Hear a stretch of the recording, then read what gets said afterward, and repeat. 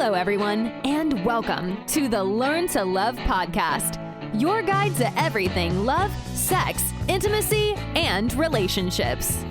Each week, your host, Zach Beach, interviews new experts on love, including couples therapists, relationship coaches, sex educators, and best-selling authors. Learn the best tips and cutting-edge wisdom to better love yourself, others, and the world. Thanks so much for joining us.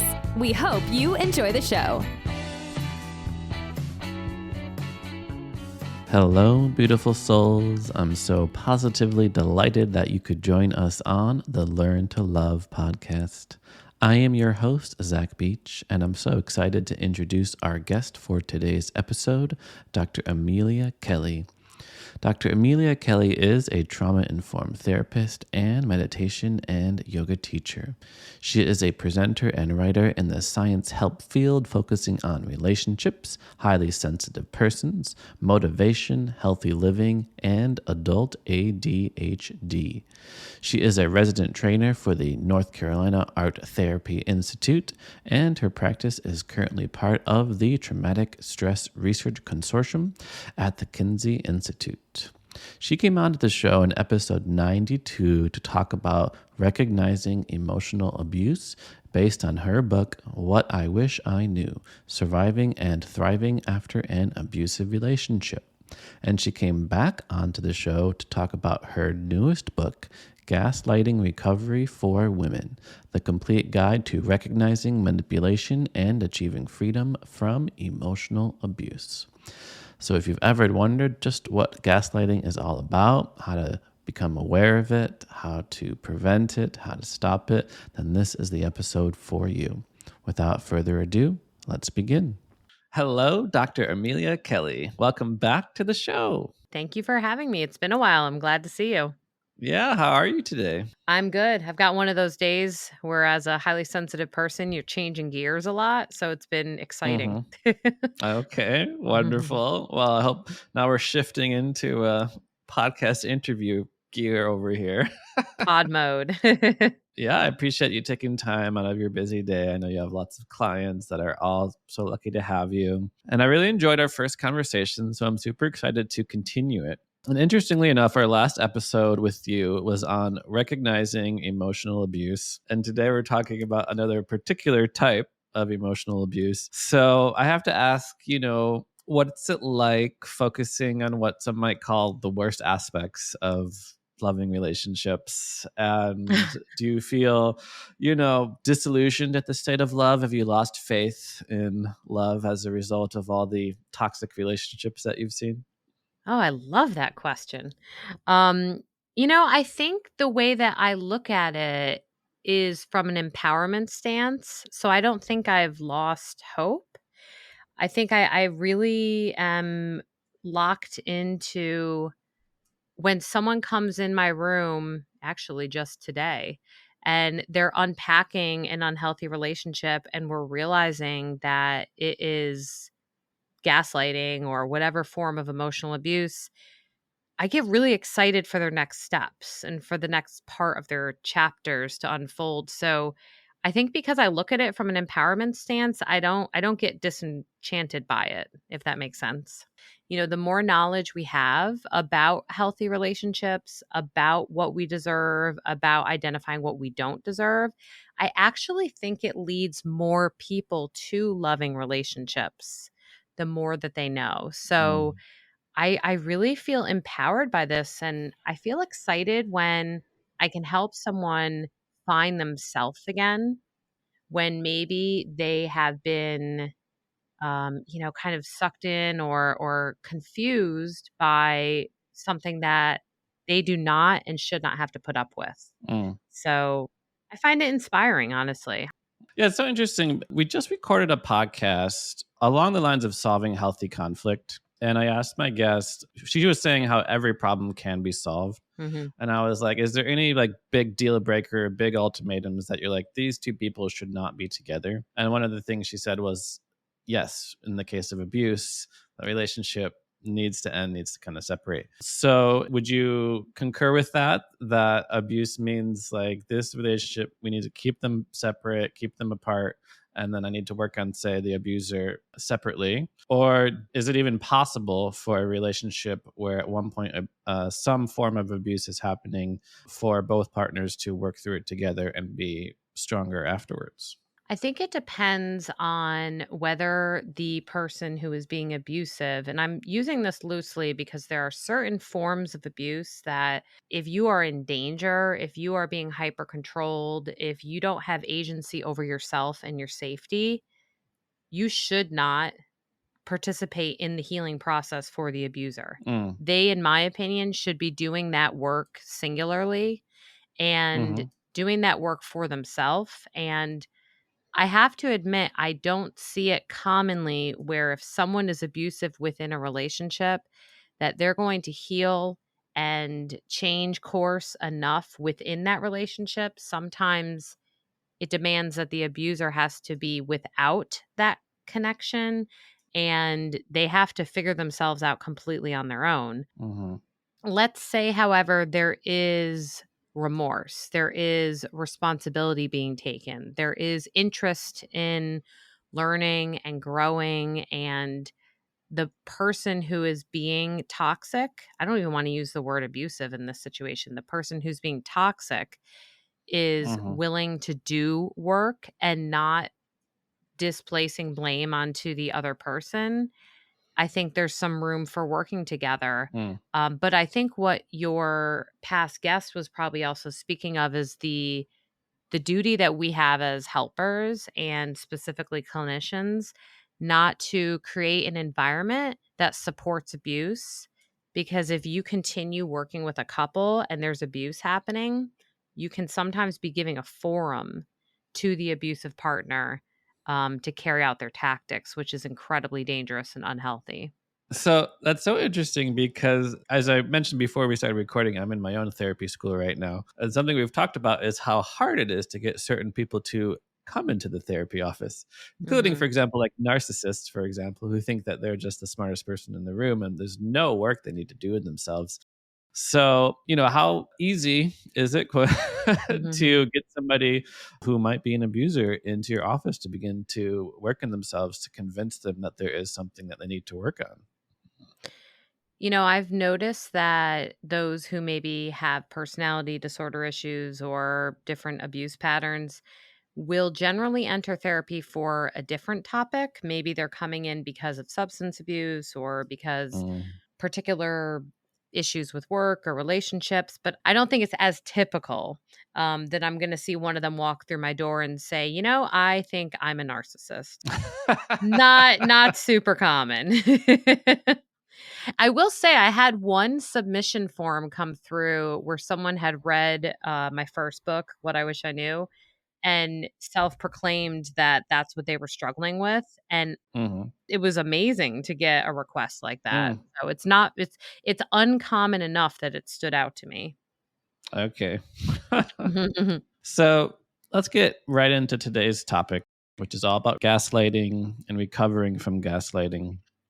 So let's first cover what it is, why it's become kind of a big thing, Mhm. how to recognize it, and then how to recover from it.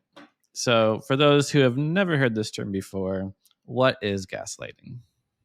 Gaslighting is a form of emotional manipulation, which is what we were chatting about, that is intended to confuse or disarm the ego strengths of the other person, trying to cause self doubt, trying to essentially control them. The whole Mm. purpose is to gain control over another person. And this does not just show up in romantic relationships. I'm sure we'll touch on this through our chat, but it can show up in institutional ways. It can show up in marginalized ways. It can show up Mm. in professional ways and in the medical arena. And so when we say it's a new thing, word of the year last year, because it had peaked so many searches online. Really, I think we just finally have the right scenario in society where we've seen enough of this publicly that Mm. we're taking a term that actually came from a play set in London about 80 years ago that turned into an award-winning movie that's where the term came from, was the play Gaslight.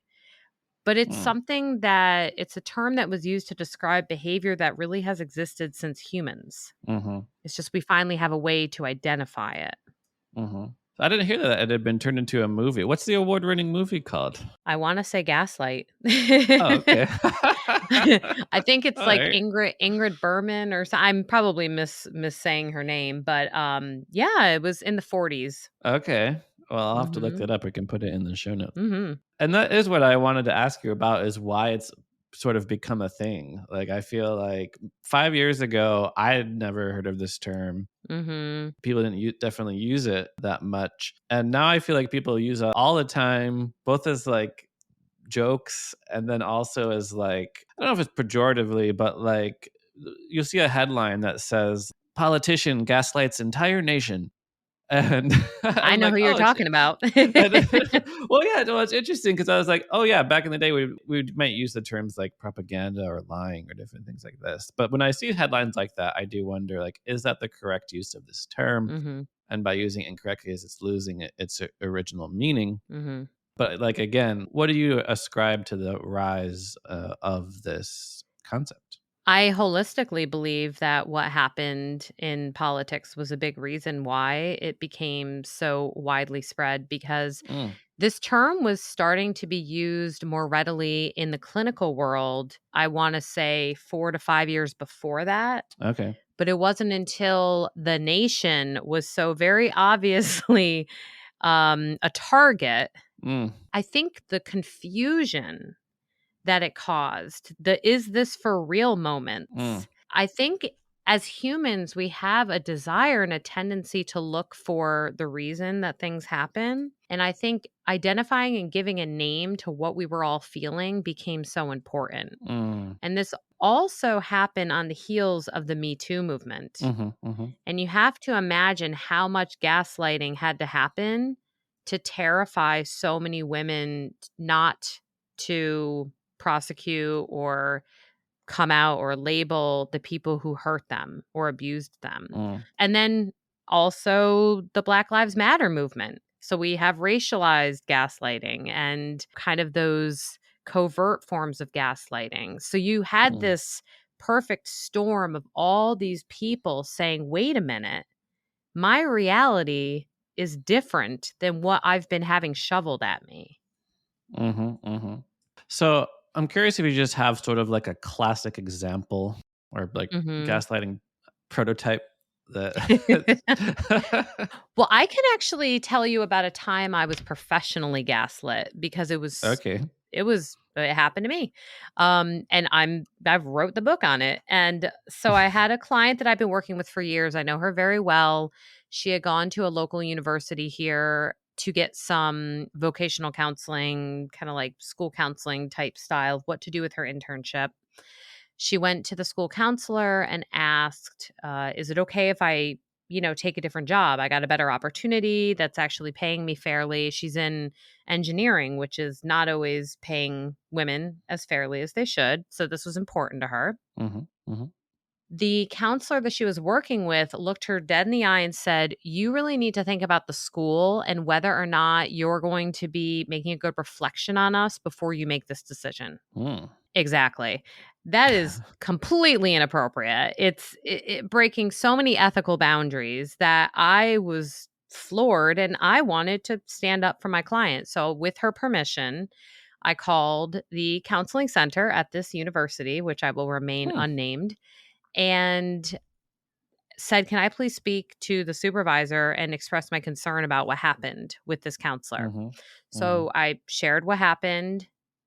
And his response, he said to me, "Don't you realize that you have to take everything your clients say with a grain of salt? Mm. Do you really believe everything your clients tell you?" And you know what happened in that very moment? I didn't doubt my client.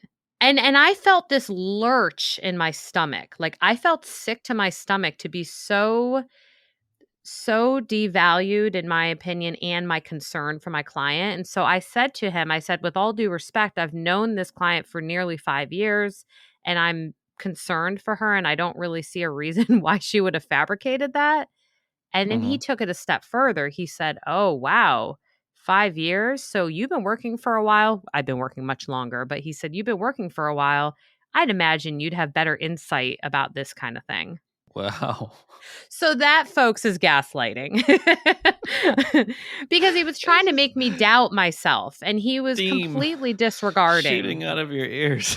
Oh my gosh. He was completely disregarding my concern. He wasn't Right. admitting or taking responsibility. Even as the supervisor, he could have just said, I will bring this to this person's attention, something. But Mhm. his need to control the conversation, his need not to be wrong, was greater than his need to take ownership. Mhm. So Mhm. that's one example that I personally experienced. Well, I was saving this question for later, but now we got to get into what should we do if we realize that we are being gaslighted, if we feel Mhm. like somebody is, voiding our reality. Mhm. What's the next step? Well, the very first step is realizing it's happening. And I know this might seem kind of like a typical thing in counseling, therapy, self-help. You always want to label what is occurring, but with gaslighting, it's incredibly important. And the reason being, gaslighting only survives when it's not detected. Mm. So if you can identify by, say, listening to a podcast and learning about it, or reading a book or reading an article, if you can identify that it's occurring, you have more power. The next step is processing. So I find it very important to process with another person that you feel safe with, to regain a sense of certainty and insight in that moment. Mm. So I got right back on my phone, and I called my husband and said, "You will not believe what just happened." And I told him, because I felt like I needed someone else to say, "Yeah, that was not okay." Mhm. Mhm. Now, if that doesn't always happen for everyone, let's say you're in a work environment and you feel bullied, or you are in a family dynamic where you don't feel safe talking to anyone. In those scenarios, creating distance in whatever way you can from the gaslighting is going to be most important. And Mm. this gets really hard. Imagine you're a child and you have a gaslighting parent. I mean, that is so tricky. And Mhm. so, there's been times where I've worked with teens. I don't work with young kids that much anymore, but I've worked with teens in those scenarios. And so the biggest thing is to regain their sense of self-awareness, self-identity, keep their inner voice loud, so that they're not looking to this gaslighter to give them their sense of identity and reality. The Mm. gaslighter will never let you know what is really going on. Hmm. And, in that scenario with that teen, I remember saying to her, you've got a year and a half till you get out of the house. I am so sorry you can't get away from your gaslighting parent. Mhm. But let's think of ways you can get out of the house that they're going to be okay with. So we worked really hard on her getting a job and her Mm. getting to spend time with friends. And the more time you have with other healthier energies and other ways to build your inner ego and ability to know yourself, the more important. Mhm. Mhm. I will say one other thing. Sometimes reporting is necessary. So if it is safe and if you feel that it is okay, that is totally okay and totally appropriate. Like reporting, like, say, child abuse, if you feel like when you say reporting? So many different ways. I mean, for instance, I went above that guy. Aha. So, right. So I contacted his boss and let them know what was going on. I don't know what they did with it beyond that. I let it go because Mhm. luckily I don't Mhm. work there. But if, say, you're in a relationship and you feel unsafe, it's sometimes you might even need to collect facts that you've experienced. In my book, I have an exercise of fact tracking, where Mhm. you're writing down what happened, how you felt, what they said, what you feel really happened. It's a shame that we even have to think of doing this, but sometimes that's how confusing gaslighting can be. If you don't have the facts in front of you, it's very easy to get confused. Mm. Mhm. And Mhm. this is more insidious long-term gaslighting. Yeah. No, I love so much of everything that you are saying, especially like how you said gaslighting only survives when it's not detected. So that Mhm. awareness of what it is so key. And the importance of processing. And I love that because I just love love and how healing relationships can be. Mhm. So the importance of speaking with somebody, whether it's your therapist or a dear friend or somebody that you can check these facts with and check your reality Right. with and realize, yeah, I'm not crazy actually. Mhm. Right. But it also reminds me of I feel like that's also kind of a form of emotional abuse or a way gaslighters sort of perpetuate their abuse is through isolation. Absolutely. Like they'll be like, "Oh, don't talk to your friend. She doesn't know what she's talking about." And I'm also Mhm. like drawing an analogy to that towards even like cults. Like when cults start their own little segment, they're like, "Don't trust society. Don't trust what they're telling you. Only trust what we're telling you." Yes. Yes, if someone does not encourage you to have that big, full, beautiful life that you want, if they want to be your sole source for things, that's a red flag. I mean, that's Mm, something to look towards. And that's not to say everyone is an extrovert and needs a million relationships, but if you have a valued relationship and you know that that person is a safe space for you and the individual you are being gaslit by tries to vilify that person or cut you off, that is definitely a red flag. I love that. Love is when somebody encourages you to have the biggest, best, and most beautiful life. Yes. I love that. So we got to talk a little bit about what isn't gaslighting or what people tend to conflate gaslighting with, because I'm thinking of a number of things. One is just a difference of opinions. You know, someone's like, I love that movie. And the other one's like, that movie was trash. Right.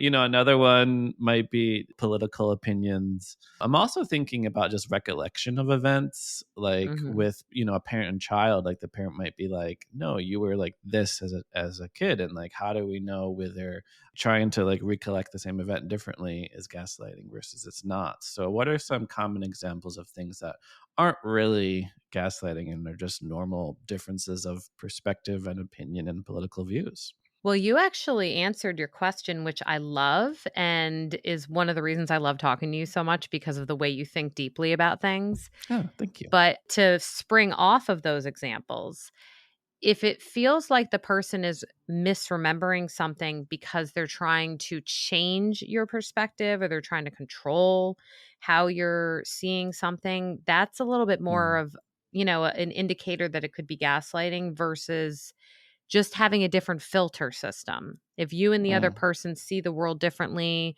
we all see the world differently. We all have different right. perspectives. And part of loving someone is understanding that the way I see something and feel something is going to differ from how you see and feel something. But I think the biggest thing is the intention. I mean, if the intention is to control someone, if the intention is to weaken someone or disconnect them from their self, that's going to be more of an indication. But conflict, different memory, different perspectives, different preferences, different opinions, not gaslighting. I don't know if you admit that you watch any reality TV, but I do, and just a couple. I'm more into like the dating shows, and It's research. It's research. You're just seeing how modern exactly. relationships are. Exactly.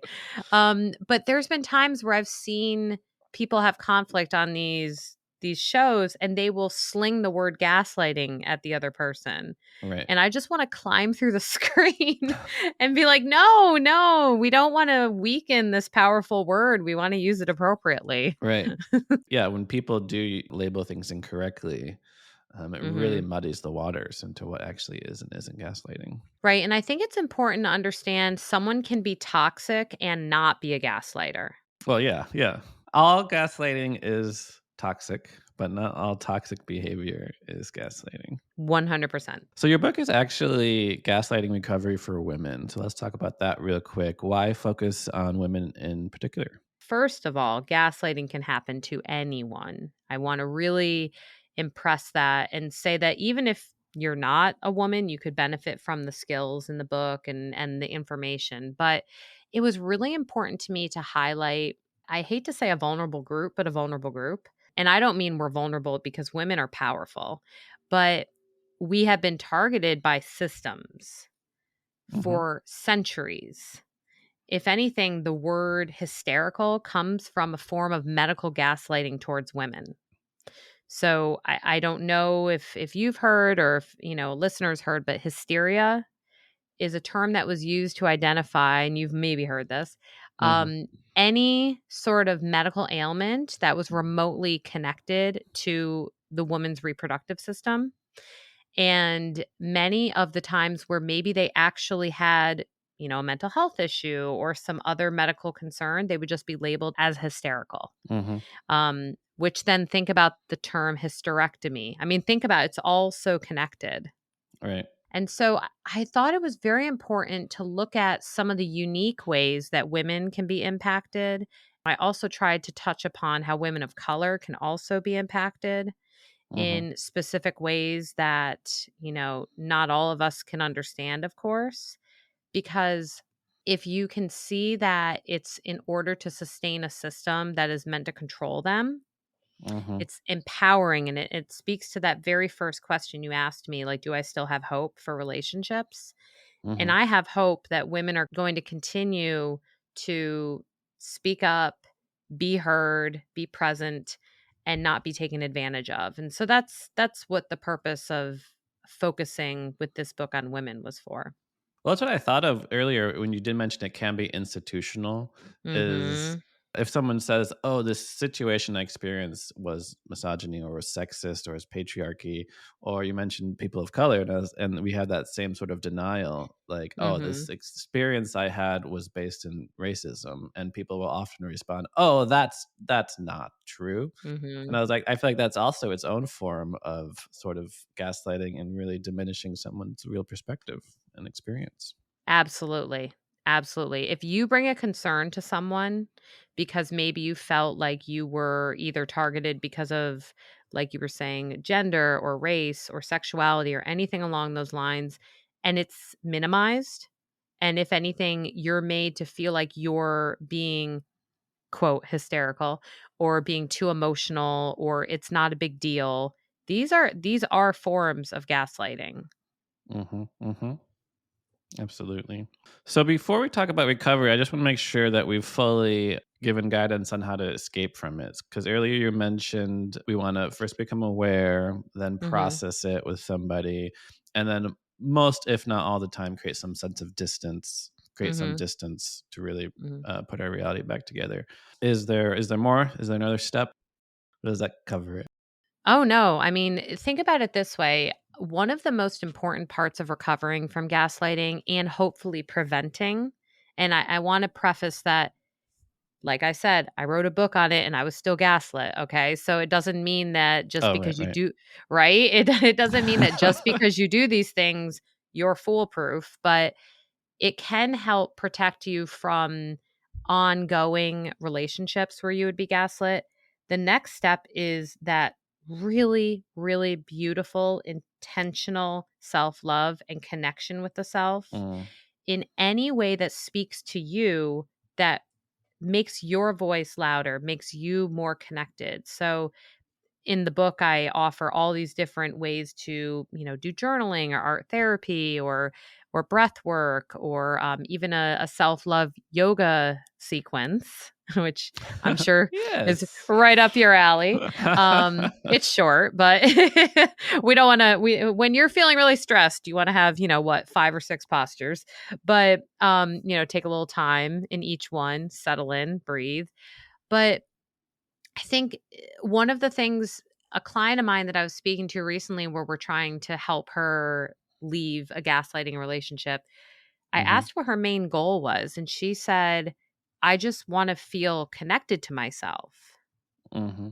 And she needs that in order to feel like it's okay to leave this relationship. And so we're working on fortifying her self identity. And one of my favorite ways to do that, in addition to all of these self care techniques, let's start a movement of being compassionate and empathic, but disagreeable. It's okay to be disagreeable. It's okay to be emotionally independent have your own opinions, not like the Mm. same music, not want to see the same movie, Mm. have different affiliations. And this starts, when we think of romance, this starts on a first date. Mm-hmm. You know, we don't want to be emotional chameleons where we're trying to mold and shape to other people. We want to be so unique, because if you're unique, you're more in touch with that inner voice and you'll be able to more identify when you're being gaslit. Work on fortifying our self-identity, also by being compassionate, empathetic, and disagreeable. I love that. I mean, disagreeable, like, we think of it as a bad term, but when we have firm boundaries, all Mm-hmm. right, and we know who we are and we know what we want, is going to be differences of opinion. Absolutely. So I'd love to hear more about this path of recovery, and particularly almost like, I know everyone's unique and everyone's situation is unique, but kind of like a general timeline that someone might Mm. expect. Like if let's say I've been in a relationship for 5 years that has really, Mm-hmm. and I've just now read the book, and how long might it take, and what might it look like to begin to put the pieces back together. I think time is relevant in these situations because there's really, in my opinion, no kind of finish line where you run over the tape, it breaks, and you're like, that's it, I'm healed. I think it's a Mm-hmm. continued dedication. I think it's a dedication to yourself. So, what I've seen, I mean, if you look at research when it comes to complex PTSD, on average, folks are in therapy, and this might sound like a lot, but folks are in therapy for 3 to 5 years on average to overcome interpersonal trauma, complex trauma. And this is a form of complex trauma. But what does that look like? That doesn't mean that you're not healing along the way. That doesn't mean that big changes aren't happening the entire time. Mm-hmm. But it does mean to be really patient with yourself, and I wouldn't press the timeline, honestly. I would look at every little effort as those moments of growth, because Mm-hmm. let's be honest, even if you're not recovering from gaslighting, I feel like we're all recovering from something all the time. Yeah. Or like we're all growing and learning and Exactly. expanding. Yeah. Yeah. You answered definitely one of my questions, because I was wondering, is gaslighting traumatic? Like, would we put it in the category of a traumatic experience and thus have the same recovery process that a lot of other trauma does? The answer would absolutely be yes, but to what degree, I believe, depends on whether you are able to reestablish safety and complete the trauma cycle.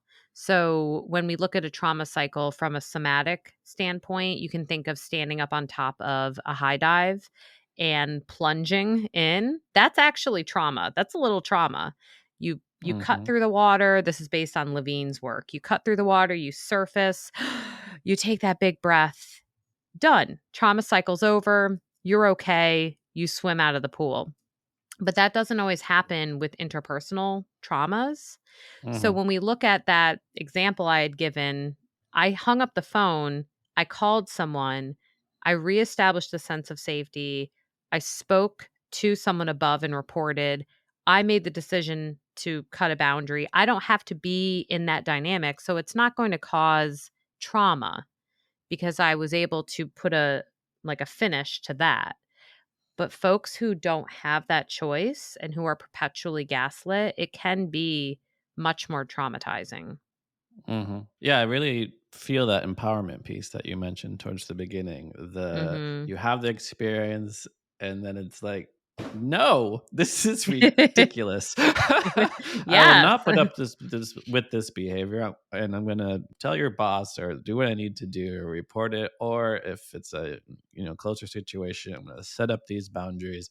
I'm going to talk to a friend who's going to reaffirm my reality and that my Mhm. perspective is valid. And it does feel like a very, I don't know, just like a very strong setting up of one's belief as valid and real. And you just said something that made me wish I added something to my book. Oh no. You said about, no, this is not okay, and standing up.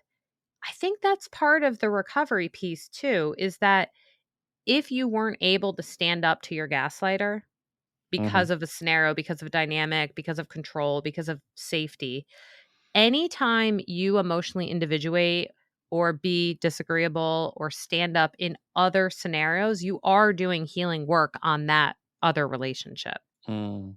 So, man, I have to go back and do a second edition and add a whole paragraph about that. No, I know how writing gets, you're finished, but then when you're done, you're a different person. We can throw out any idea of victim blaming with my next follow-up question, because when you did mention, like, a lot of it is the awareness and setting up boundaries. And I'm like, yeah, I feel like if you have poor boundaries, if you're always putting aside your own needs Mhm. to take care of your partner, it might be more conducive to being gaslit. So is there a way that someone can gaslight proof, so to speak, their life? Well, the unfortunate part and what makes someone, I think, more susceptible is depending on your history, whether you were given that empowerment to be disagreeable, to individuate, to have your own opinion early on in your life, it can kind of mar your opinion on whether or not someone else has the right to tell you what to do going forward and whether or Mm-hmm. not you can have your own thoughts. And so it's really hard, but reparenting, rewiring, and choosing the opposite type of relationships.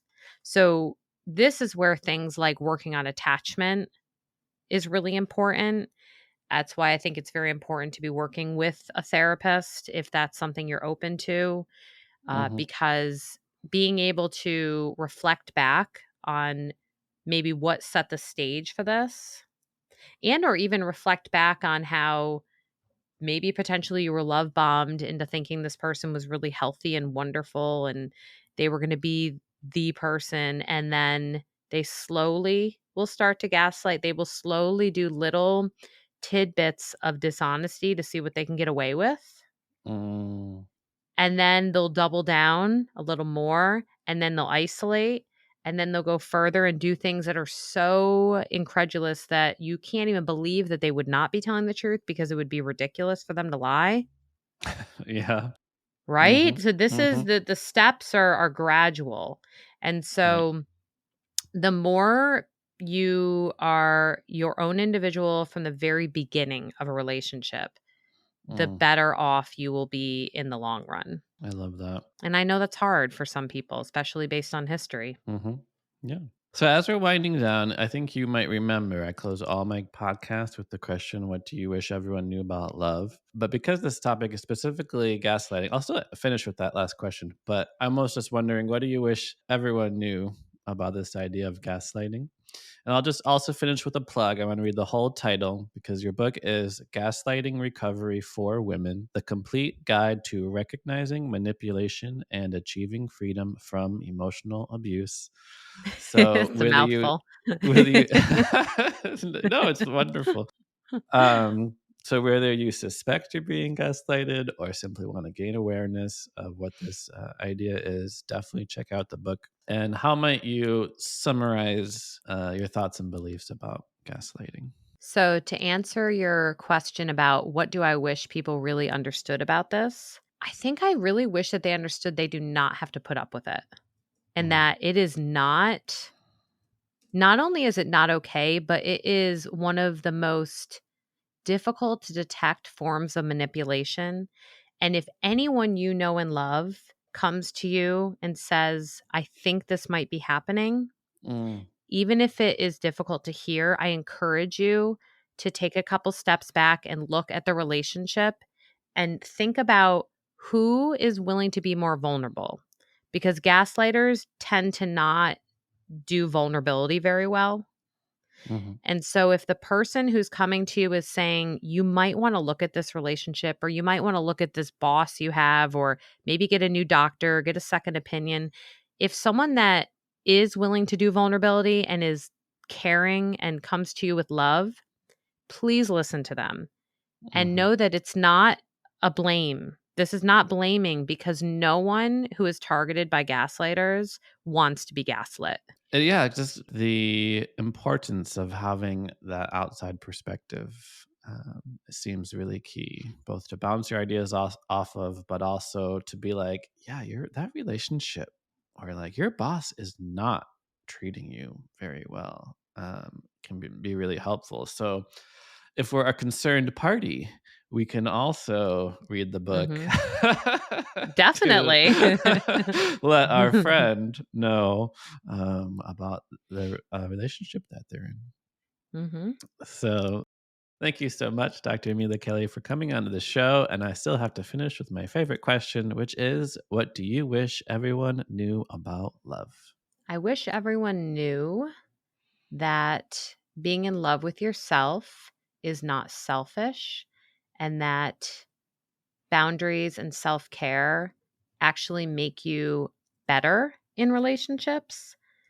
Saying no is one of the most compassionate things you can say, because if someone says no when they mean no, you know that when they say yes, they mean yes. I love it. Being in love with yourself is not selfish, and boundaries and self care is so important, even in our interpersonal relationships. Thank you so much, Kelly, for coming on to the show. And for our listeners who want to learn more about you, how can they find you? Well, they can find me on Instagram at Dr. Amelia Kelley, and Kelly's with an EY. But then also my webpage, ameliakelley.com, I've got lots on there. I've got quizzes, meditations. There's going to be a book resource page with PDFs and other meditations coming soon in the next month or so. I try to really have it be kind of a one-stop shop Mm. for anyone who digests anything I put out into the world. And I've also got a blog on Psychology Today that I absolutely adore writing for. It's called In Your Corner. Mm. And then finally, an Insight Timer, some meditations on there, and a self-compassion course for overcoming stress. Oh, cool. An insight timer. Yeah, I love Insight Okay. Timer. It's such an amazing free resource. Yeah. Just incredible. So you got some self-love meditations there. Yes, I do. And some pain management and some sleep meditations, and just kind of, I started it for my clients because they got used to my voice and Okay. they wanted to do recordings. And I said, let me make a place for you to find them. And that's kind of Mm. where it started. That's so wonderful. Well, it's so beautiful connecting with you again, Dr. Kelly. You're doing such amazing and very important work in the world. So I'm glad to hear that you haven't lost faith and love despite No. all that you have seen, and how empowering it is to have this knowledge about what makes love turn bad so that we can make sure all our love turns good. Thank you so much. Thank you. Wow, what an incredible interview. Thank you, listeners, so much for listening. I hope you remember all of the valuable lessons that Dr. Amelia Kelley shared with us today, including gaslighting is a form of emotional manipulation intended to confuse or disarm the ego strengths of another person. Gaslighting only survives when it's not detected. So knowing what it is will help us set up the appropriate boundaries to not letting it happen again. We can help get out of gaslighting by processing what has happened with somebody else to help us regain a sense of certainty in the moment, because the gaslighter will never tell us what exactly is going on. Love is someone wanting you to have a big, beautiful life, not putting you down. And we can practice being compassionate, empathetic, and disagreeable, because boundaries are such an important part of self-love. Anything that makes you feel more connected, find your voice, and speak your truth can help us all recover from gaslighting. And being in love with yourself is not selfish. And remember, you are perfect just the way you are. You are lovable, loving, and loved. Thanks again for listening to the Learn to Love podcast. To learn more about the show and your host, head over to zachbeach.com or theheartcenter.com. You can also follow Zach on Facebook, Twitter, and Instagram.